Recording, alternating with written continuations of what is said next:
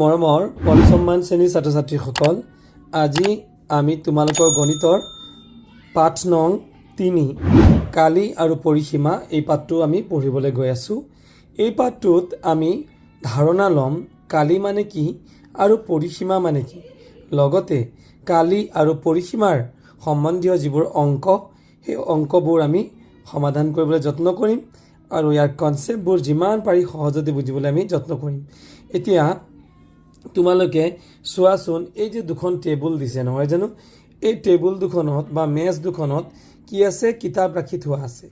এতিয়া এই কিতাপবোৰ এটা এটাকৈ যদি আমি ইয়াৰ পৰা আঁতৰাই দিওঁ, আঁতৰাই দিয়াৰ লগে লগে টেবুলখন খালী হৈ যাব নহয় জানো।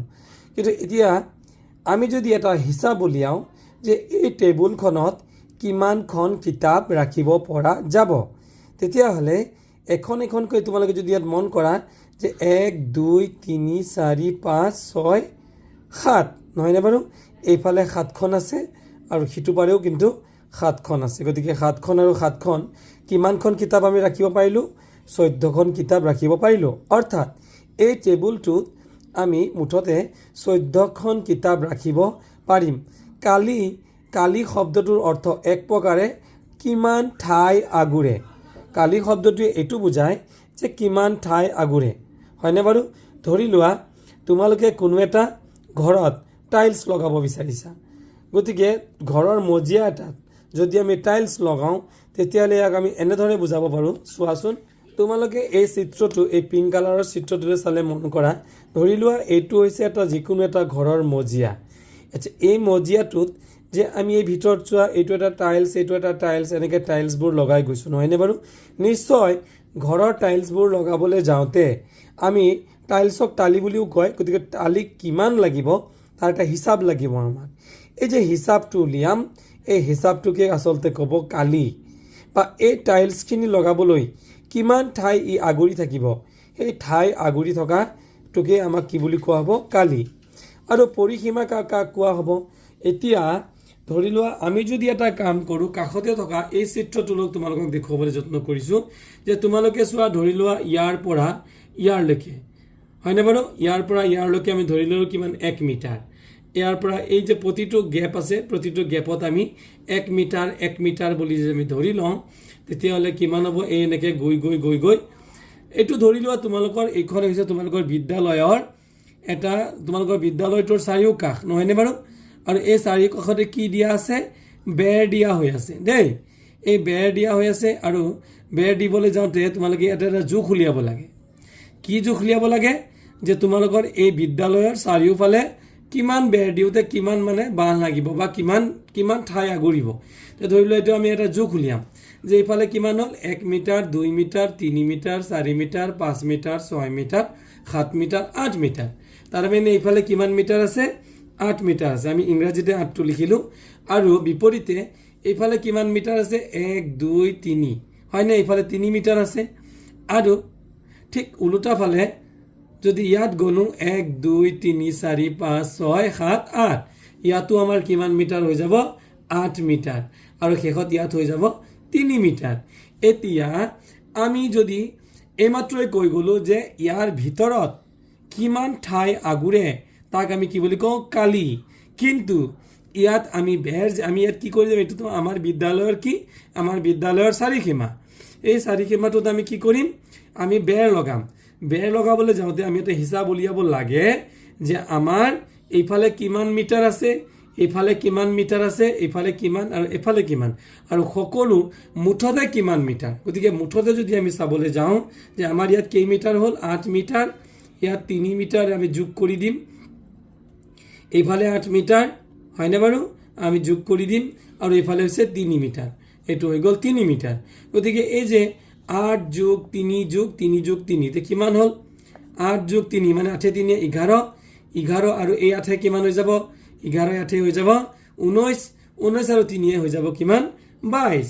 গতিকে এই যে আমি 22ৰ যিটো হিচাপ উলিয়ালোঁ, এইটোকে ক'ব তাৰ পৰিসীমা। তেতিয়াহ'লে কালি আৰু পৰিসীমা বুলি ক'লে আমি কি বুজি পালোঁ, কালি মানে হ'ল কোনো এডোখৰ ঠাইৰ ভিতৰৰ জায়গা, বা কোনো এটা পৰিসীমা হওক, কোনো এটা মজিয়াতেই হওক, ভিতৰত কিমান ঠাই আগুৰি আছে তাক উলিয়াবৰ বাবে আমি কালি বুলি লিখোঁ, হয়নে।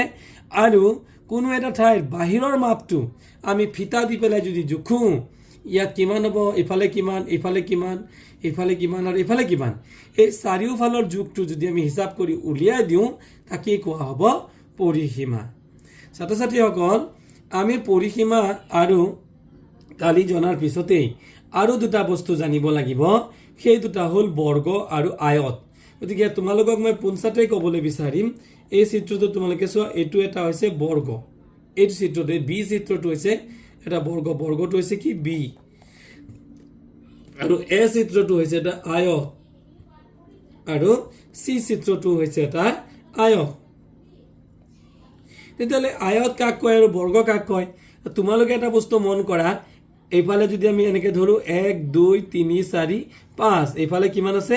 এই বাহুটোৰ মাপ হৈছে 5, 5 তোমালোকে মিটাৰ ধৰা চেণ্টিমিটাৰ ধৰা যি ধৰা, আমি 5 একক বুলি লিখিলোঁ, এককটোৱে মিটাৰ বা চেণ্টিমিটাৰ বুজাব।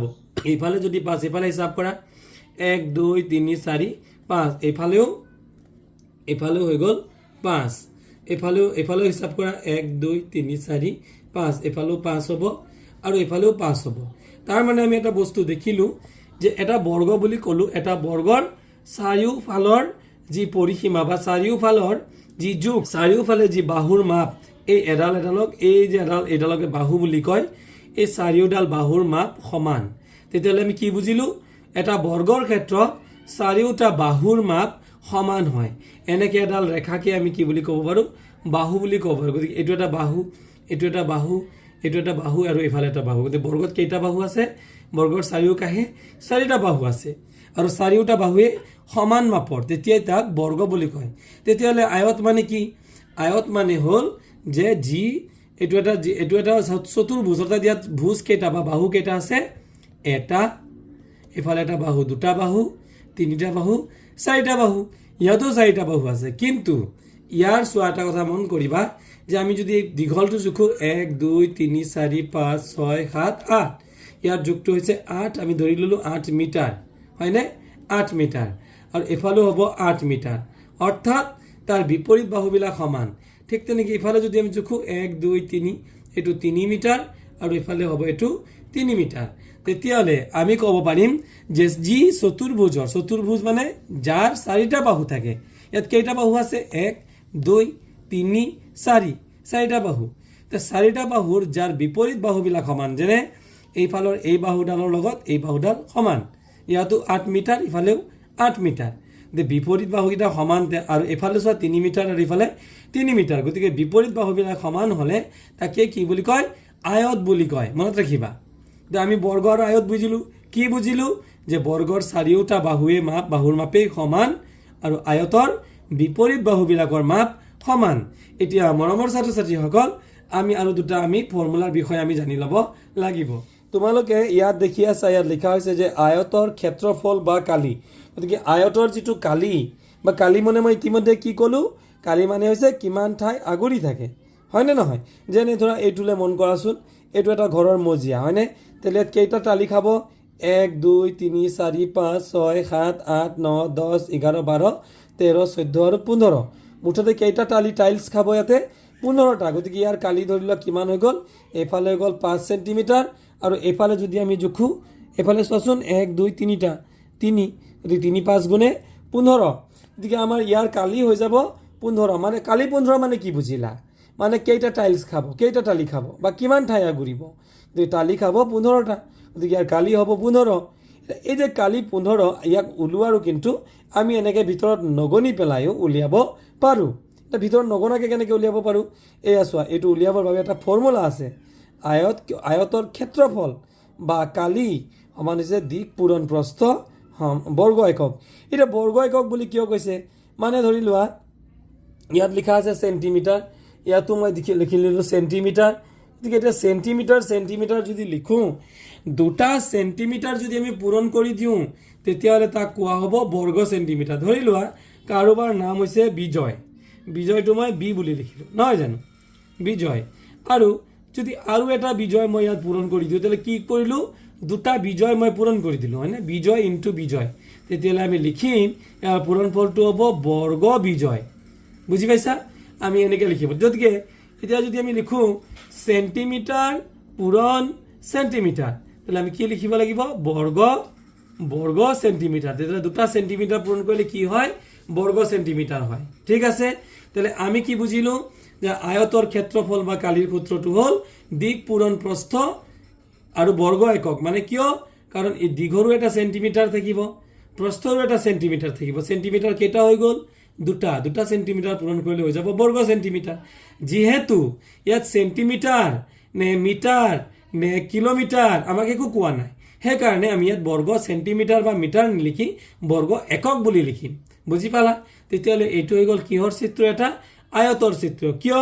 কাৰণ ইয়াৰ এটা বাহু চোৱা, এইফালে 5, এইফালে বাহুটো কিমান? 3, অৰ্থাৎ 2টা ওচৰা ওচৰি বাহু সমান নহয়। কিন্তু বিপৰীত বাহু চোৱা, এইটো 3, এইটোও 3, এইটো 5, এইটোও 5, বিপৰীত বাহুবিলাক সমান। গতিকে ই হৈ গ'ল আয়ত। তাৰপিছত চোৱা আৰু এটা ফৰ্মুলা, বৰ্গৰ কালি। বৰ্গৰ কালি হৈছে বাহু পূৰণ বাহু বৰ্গ একক। তোমালোকে দেখিলা এইটো এটা বৰ্গ নহয় জানো? কিয় গম পালো বৰ্গ বুলি?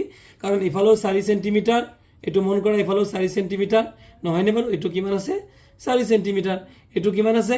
4 চেণ্টিমিটাৰ।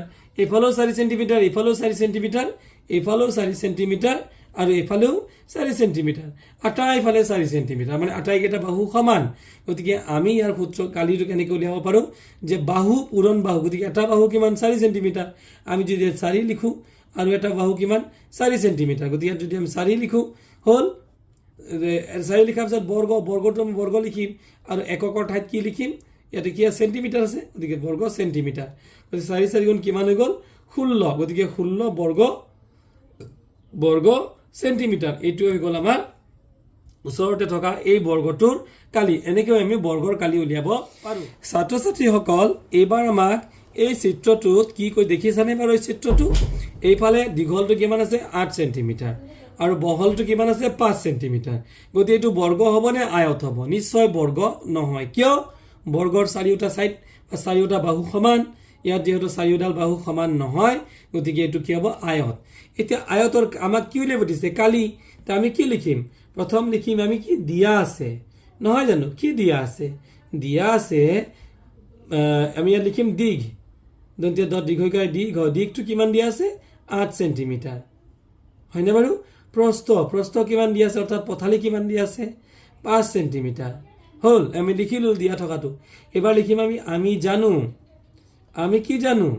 আমি জানো আয়তৰ কালি সমান দিক পূৰণ প্ৰস্থ। গতিকে দিক কিমান দিয়া হৈ আছে? দিকটো আমাৰ দিছে 8, হয় নে নহয়? 8 কি? চেণ্টিমিটাৰ। আচ্ছা, আমি 8 চেণ্টিমিটাৰ বুলিয়ে লিখিলোঁ। পূৰণ প্ৰস্থ কিমান দিয়া হৈছে? 5 চেণ্টিমিটাৰ। 5 চেণ্টিমিটাৰ বুলিয়ে লিখিলোঁ। এতিয়া 8 5 গুণে কিমান হৈ যাব? 40। গতিকে ইয়াৰ কালিটো হ'ব 40। কালি 40 বুলি লিখিলে শুদ্ধ হ'বনে? নহ'ব, কাৰণ চেণ্টিমিটাৰ কেইটা পূৰণ হ'ল? 2টা। আৰু 2টা চেণ্টিমিটাৰ পূৰণ হ'লে কি লিখে? বৰ্গ চেণ্টিমিটাৰ। গতিকে এইটোৱে হ'ব আমাৰ কালিটো। ঠিক তেনেকৈ এইটো চিত্ৰকেইটা দেখিছেনে? এইটো চিত্ৰ, ইয়াত দীঘল কিমান দিয়া আছে? দিক কিমান দিয়া আছে? যোনটো দীঘল এইটোৱে দিক, যোনটো চুটি বা এইটোৱে কি হৈছে? আমাৰ প্ৰস্থ, অৰ্থাৎ বহল। গতিকে দিক আছে 9 চেণ্টিমিটাৰ, প্ৰস্থ আছে 3 চেণ্টিমিটাৰ। এতিয়া ইয়াৰো আমি কি উলিয়াব লাগে? কালি উলিয়াব লাগে। আমি জানো, বা আমি প্ৰথম লিখিম দিয়া আছে। কি দিয়া আছে? দিয়া আছে দিক কিমান দিয়া আছে? 9 চেণ্টিমিটাৰ। প্ৰস্থ কিমান দিয়া আছে? 3 চেণ্টিমিটাৰ। তেতিয়াহ'লে আয়তটোৰ কালি কিমান হ'ব? দিক পূৰণ প্ৰস্থ। তেতিয়াহ'লে দিক কিমান? দিক হ'ল 9 চেণ্টিমিটাৰ, প্ৰস্থ কিমান? 3 চেণ্টিমিটাৰ। কিমান হৈ গ'ল? 9 3 গুণে 27 বৰ্গ চেণ্টিমিটাৰ। ঠিকে আছে। গতিকে ছাত্ৰ ছাত্ৰীসকল, এইটো আমি কি উলিয়ালোঁ? এই প্ৰদত্ত যি 2টা আমাক আয়ত দিছে, আয়ত 2টাৰ আমি কালি উলিয়ালোঁ। এবাৰ ইয়াৰ পিছত এইবাৰ আমাক এই যে চিত্ৰটো দেখিছা, এইটো কিন্তু এটা আয়ত নহয়, এইটো কি হ'ব? এটা বৰ্গ। কিয় বৰ্গ? কাৰণ ইয়াত তুমি বাহুৰ মাপ চোৱা, এইটো কিমান আছে? 3 চেণ্টিমিটাৰ। এইটো কিমান আছে? 3, এইটো 3, এইটো 3, মানে আটাইকেইটা বাহু সমান। আমাক কালি উলিয়াব দিছে। আমি জানো কি? আমি কি জানো? বৰ্গৰ কালি। প্ৰথমে আগৰ নিচিনা আমি কি লিখি ল'ম? আমি কি লিখি ল'ম? দিয়া আছে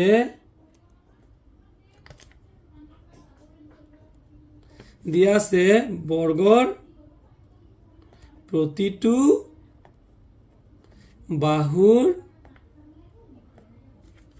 বাহুৰ মাপ কিমান দিয়া হৈ আছে 3 সেন্টিমিটাৰ হয়নে দিয়া হৈ আছে নে তেতিয়াহ'লে আমি ইয়াৰ কি ওলাব লাগে এটাকে বৰ্গটোৰ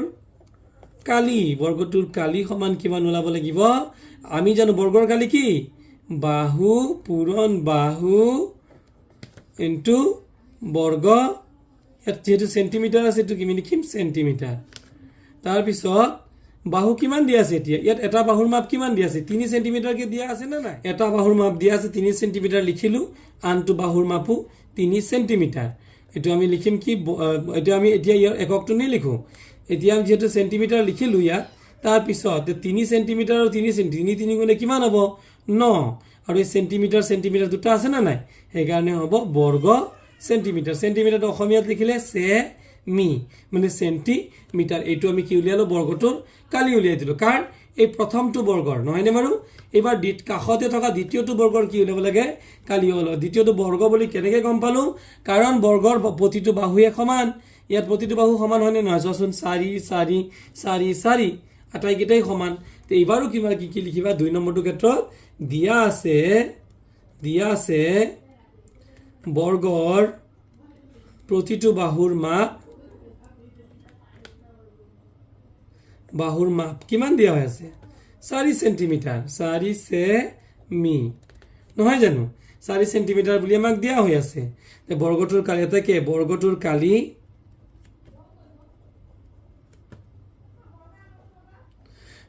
কালি কিমান হৈ যাব বৰ্গটোৰ কালি হৈ যাব আমি কি জানো বাহু বৰ্গৰ কালি কিমান বাহু পূৰণ বাহু লগতে কি লিখিম বৰ্গ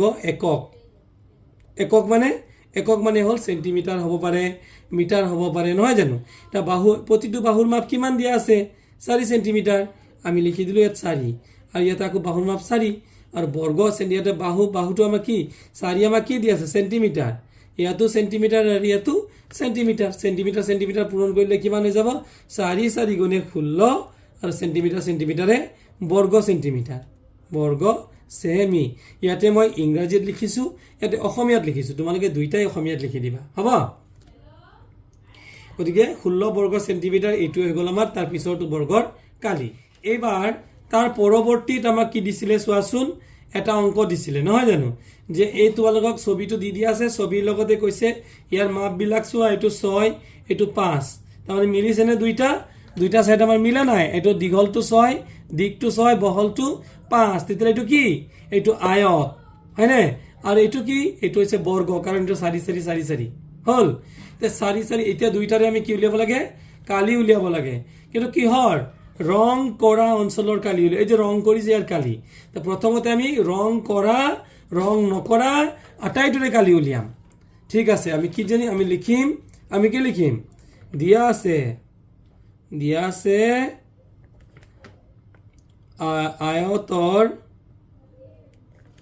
আয়তটোৰ দিক কিমান দিয়া হৈ আছে 6 সেন্টিমিটাৰ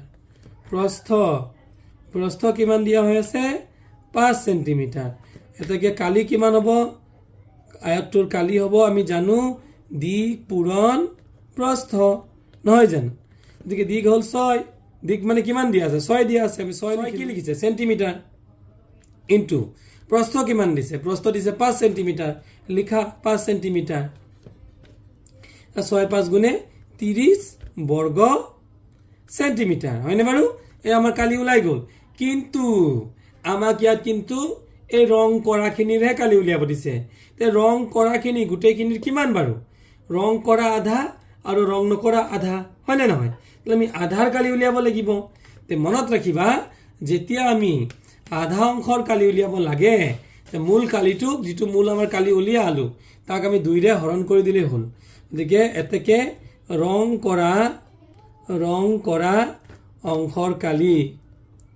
অংশৰ কালি কিমান হ'ব আমি ৰং কিমানত কৰিছিলো নাজানো ৰং গোটেইটো হৈছে 30 গোটেইটো ৰং কৰা আৰু এটো চোৱা ৰং কৰা আৰু ৰং নকৰা মিলাই পেলাই আমাৰ কালি কিমান হৈছে 30 তে আমাক কিমান লাগে ৰং কৰাখিনিৰহে লাগে ৰং কৰাখিনি তাৰ আধা, গতিকে আধা হ'লে সদায় আমি 2ৰে আমি কি কৰি দিব লাগে, হৰণ কৰি দিব লাগে।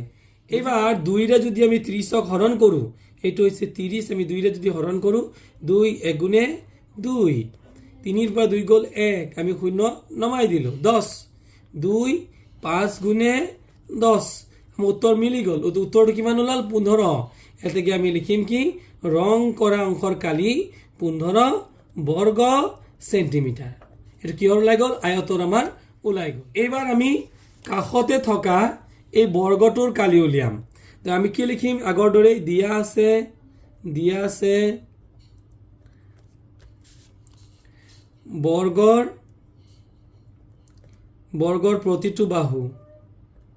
প্ৰতিটো বাহু কিমান দিয়া, ছবিৰ পৰা চাই পেলাই কোৱাচোন, 4 চেণ্টিমিটাৰ নহয় জানো, 4 চেণ্টিমিটাৰ।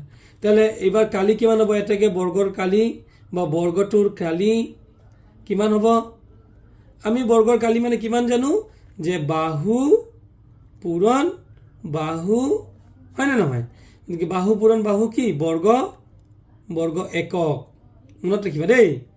এতিয়া এই বাহু কিমান দিয়া আছে, 4 চেণ্টিমিটাৰ, এই বাহুৰ ঠাইত কি বহাবা, 4 পূৰণ, আৰু এইটো বাহুৰ ঠাইত কি বহাবা, এইটো বাহু ইয়াতো বহাবা 4, আৰু বৰ্গ কি লিখিবা, বৰ্গ ইয়াতে কি আছে, 4 কি আছে, চেণ্টিমিটাৰ, 4 চেণ্টিমিটাৰ, ইয়াতো 4 চেণ্টিমিটাৰ, গতিকে বৰ্গ মানে হ'ব বৰ্গ, আমি ইয়াৰ পিছৰ লাইনতহে বৰ্গ লিখিম।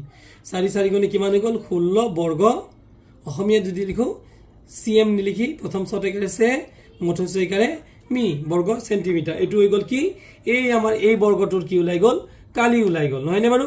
কিন্তু আমাক গোটেইটোৰ কালি লাগেনে, নালাগে, কাৰ লাগে, আধাটোৰ কালি লাগে। এবাৰ আমি আধাটোৰ কালি উলিয়াম।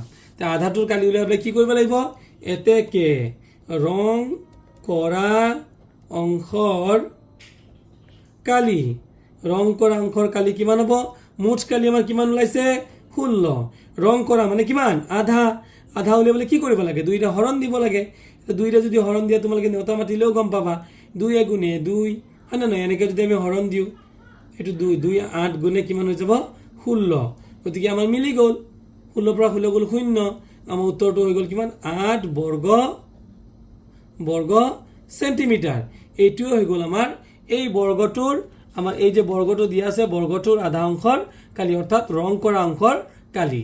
ছাত্ৰ ছাত্ৰীসকল, তোমালোকৰ গণিতৰ কালি আৰু পৰিসীমা এই পাঠটোৰ পৃষ্ঠা নম্বৰ 37ত থকা দুটা শাব্দিক প্ৰশ্ন, এই শাব্দিক প্ৰশ্ন দুটা আমি আলোচনা কৰিম। তাৰে প্ৰথমটো প্ৰশ্ন আছিল সমস্যা সমাধান কৰোঁ আহা। ইয়াত দিছিলে জিতেনৰ দেউতাকে তেওঁৰ শোৱনি কোঠাটোৰ মজিয়াখনত টালি লগাবলৈ বিচাৰিলে। টালি মানে হৈছে টাইলছ। কোঠাটোৰ দিশ 14 ফুট আৰু প্ৰস্থ 12 ফুট। যদি বজাৰৰ পৰা অনা টালিৰ দিশ 2 ফুট আৰু প্ৰস্থ 2 ফুট হয়, তেন্তে প্ৰতিখন টালিৰ কালি কিমান হ'ব, লগতে মজিয়াখনত কিমানখন টালিৰ আৱশ্যক হ'ব সেইটো আমি উলিয়াব লাগে। তেতিয়াহ'লে ছাত্ৰ ছাত্ৰীসকল আমি কি কৰিব লাগিব, প্ৰথমতে আমি কি কৰিব লাগিব, যে টালি যোনটো টাইলছ, সেই টাইলছকেইটাৰ আমি কালি উলিয়াই ল'ব লাগিব। তাৰপিছত যোনটো মজিয়া, অৰ্থাৎ জিতেনৰ দেউতাকৰ যি শোৱনি কোঠাৰ যি মজিয়া, সেই মজিয়াটোৰ কালি উলিয়াব লাগিব। তাৰপিছত আমি কিমানখন টালিৰ প্ৰয়োজন হ'ব এইটো আমি উলিয়াব পাৰিম। গতিকে ইয়াতে আমি ইয়াৰ পৰা অংকটো আৰম্ভ কৰিছিলোঁ, চোৱাচোন। তেতিয়াহ'লে পোনপ্ৰথমে আমি লিখিছিলোঁ যে প্ৰতিখন টালিৰ কালি, অৰ্থাৎ প্ৰতিটো টাইলছৰ কালি, টালিৰ দিশ কিমান দিয়া আছিল, 2 ফুট, নহয় জানো, আৰু প্ৰস্থ কিমান দিয়া আছিল, 2 ফুট হ'ল। তাৰমানে কি, দিশ যিমান প্ৰস্থ সিমান, অৰ্থাৎ ই এটা বৰ্গ।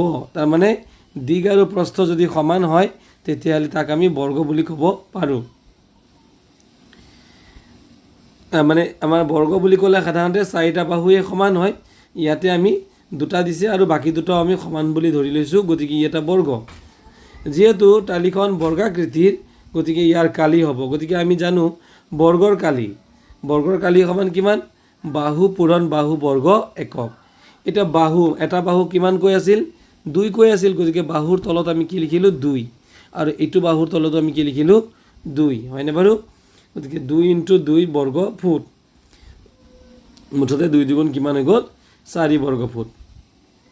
এইটো আমি কিহৰ উলিয়ালোঁ টাইলছৰ বা টালিৰ আমি কি উলিয়ালোঁ কালিটো উলিয়ালোঁ মজিয়াখনৰ নহয় কিন্তু দেই টালিৰহে উলিয়াইছোঁ এইবাৰ মজিয়াখনত আৱশ্যক হোৱা টালিৰ সংখ্যা কোঠাটোৰ মজিয়াৰ দিক কিমান আছিল 14 ফুট আমাক প্ৰশ্ন দি আছে মজিয়াৰ দিক আছিল 14 ফুট আৰু প্ৰস্থ কিমান দিয়া আছিল 12 ফুট গতিকে এফালে 14 আনফালে 12 গতিকে এইটো বৰ্গ হ'ব নে আয়ত হ'ব যেহেতু আমি জানো বৰ্গ বুলি ক'লে দিক আৰু প্ৰস্থটো সমান হয় যেহেতু দিক আৰু প্ৰস্থ বেলেগ বেলেগ অৰ্থাৎ 14 আৰু 12 গতিকে ই এটা আয়ত হ'ব গতিকে আয়তৰ কালিৰ সূত্ৰ কি আছিল আয়তৰ কালিৰ সূত্ৰ আছিল দিক পূৰণ প্ৰস্থ গতিকে আমি দিক কিমান পালোঁ 14 আৰু প্ৰস্থ কিমান পালোঁ 12 গতিকে 12ৰে 14 পূৰণ কৰিলে প্ৰথমতে 12ৰে আমি 14ৰ 4ক পূৰণ কৰিম 12 4 গুণ 48ৰ 8 উকলিব 4 12 1 গুণ 12 আৰু 4 হৈ গ'ল 16 গতিকে কিমান পালোঁ মজিয়াৰ কালি কিমান পালোঁ 168 আৰু টালিৰ কালি কিমান পাইছিলোঁ 4 বৰ্গ ফুট নহয় জানো তেতিয়াহ'লে এতিয়া মজিয়াখনত আৱশ্যক হোৱা টালিৰ সংখ্যা উলিয়াবলৈ মজিয়াৰ মুঠ কালিক এখন টালিৰে হৰণ কৰিব লাগিব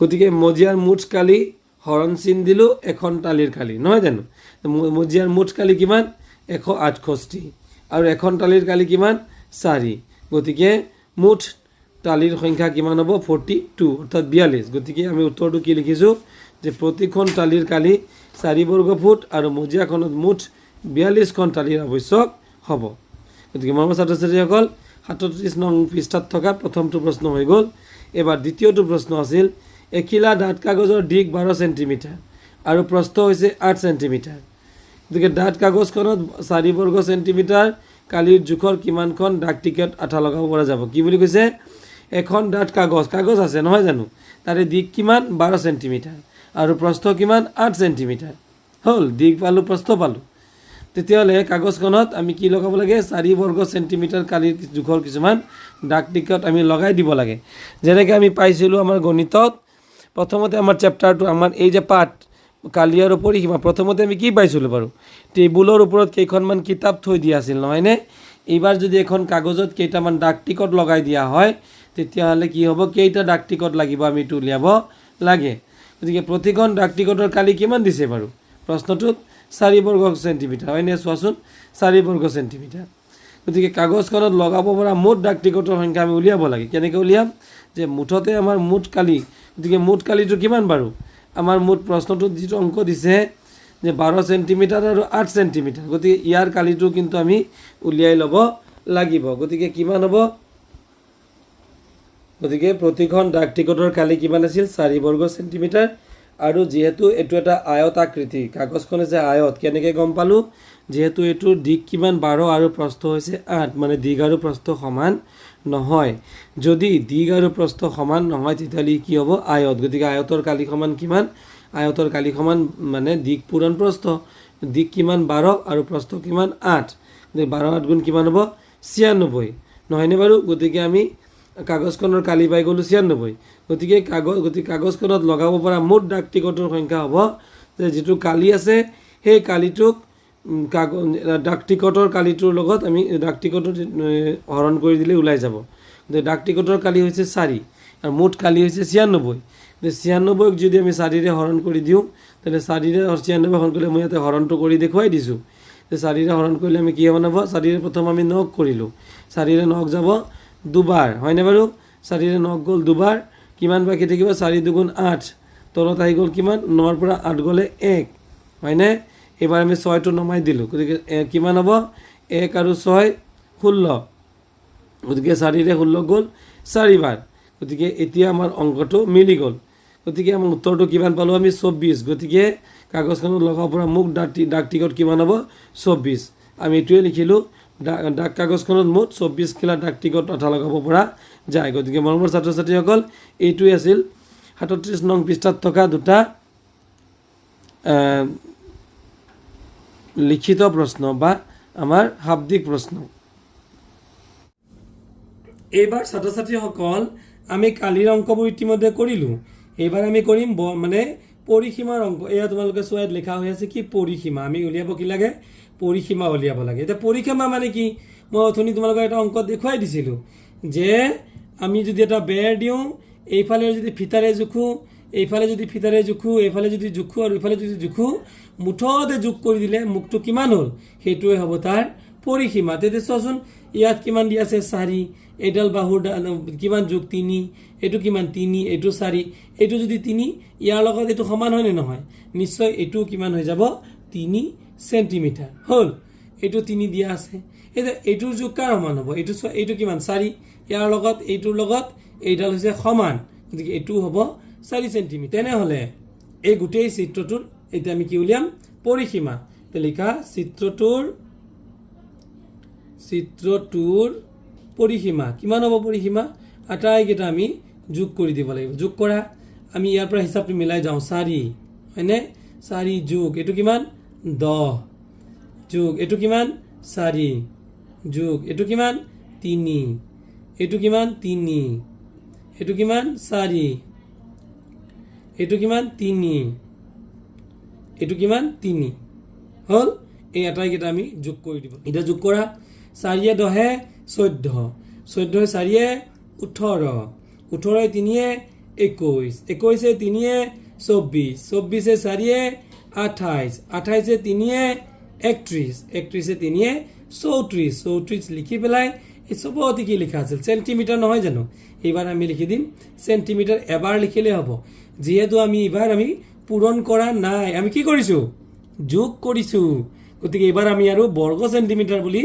নিলিখো এবাৰ আমি লিখিম মাথো সেন্টিমিটাৰ এইটো হৈ গ'ল আমাৰ ইয়াৰ পৰিসীমা এবাৰ তাৰ পৰৱৰ্তীটোৰ পৰিসীমা কিমান হ'ব ইয়াৰ যোগবোৰ দিয়া আছে কিন্তু এইডাল বাহুৰ যোগ দিয়া নাই নহয়নে এইটো যেহেতু 5 তেনেহ'লে ইয়াৰ উলটাকৈ থকা এইডাল বাহুৰ যোগ কিমান হ'ব এইটোৰ হ'ব 5 সেন্টিমিটাৰ তেতিয়াহ'লে ইয়াৰ কালি পৰিসীমা কিমান হ'ব এই চিত্ৰটোৰ পৰিসীমা কিমান আমি জোখিম নহয় জানো পৰিসীমা গণা আমি ইয়াৰ পৰা যদি হিচাপ কৰোঁ এইটো কিমান 5 6 এইটো হৈ গ'ল 6 লিখিম এইটো কিমান 5 তাৰপিছত এইটো কিমান 2 তাৰপিছত এইটো কিমান 4 এইটো কিমান 2 এইটো কিমান 4 এইটো কিমান 2 আৰু একেবাৰে শেষত এইটো কিমান 5 সেন্টিমিটাৰ এটাকেইটা যোগ কৰা 6 5 11 11 2 13 13 4 17 17 2 21 21 4 25 25 2 27 27 5 32 গতিকে ইয়াৰ পৰিসীমা হ'ল 32 বৰ্গ সেন্টিমিটাৰ লিখিম নেকি নিলিখো 32 সেন্টিমিটাৰ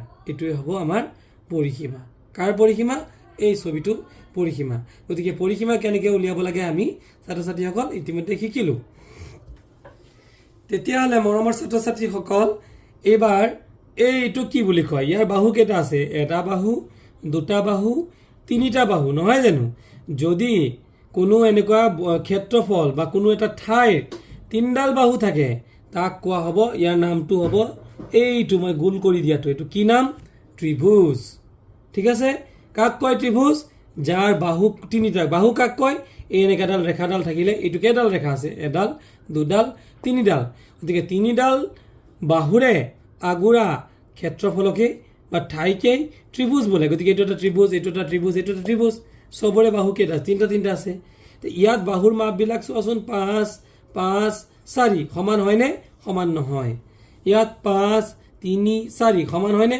নহয় ইয়াত 5 5 5 ইয়াত আটাইকেইটা সমান ন তেনে যদি আটাইকেইটা বাহু সমান হয় তাক ক'ব সমবাহু ত্ৰিভুজ সমবৰ্তাকাৰ বা হত হয় এহু সমবাহু ত্ৰিভুজ বুলি ক'ব দেই কাক ক'ব সমবাহু ত্ৰিভুজ যাৰ আটাইকেইটা বাহু সমান আৰু যাৰ এইটো চোৱাচোন ইয়াত 5 দেখিলো এই ত্ৰিভুজটোত দুডাল বাহু সমান কিন্তু তৃতীয়টো বাহু সমান নহয় এইটো 5 এইটো 5 গতিকে দুটা বাহু যদি সমান হয় তাক কোৱা হ'ব সমদ্বিবাহু ত্ৰিভুজ